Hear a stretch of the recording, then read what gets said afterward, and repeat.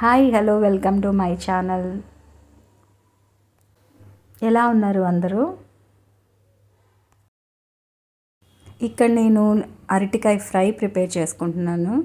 మన టమ్మీకి హాయిగా అనిపించే బెస్ట్ రెసిపీ అన్నమాట అరటికాయ కర్రీ కానీ అరటికాయ ఫ్రై కానీ. ఈ మధ్య కాదు, చాలా రోజుల నుంచి కొన్ని వీడియోస్లో చెప్తూ ఉంటే విన్నాను. ఏంటంటే ఆడవాళ్ళకి ఉన్న బాధ్యతలు, రూల్స్ రెగ్యులేషన్స్ అంటే తెలుసు కదా.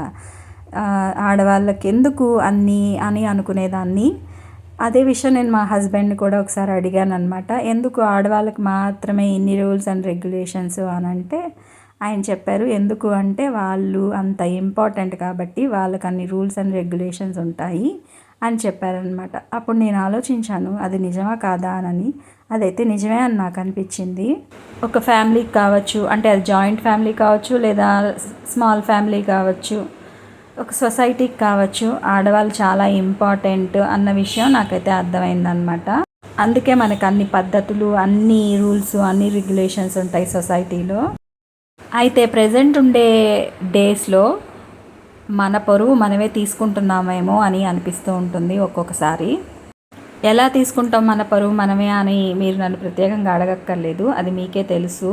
ప్రజెంట్ డేస్ ఎలా ఉన్నాయి, సోషల్ మీడియా అనేది ఎలా ఉంది అనేది.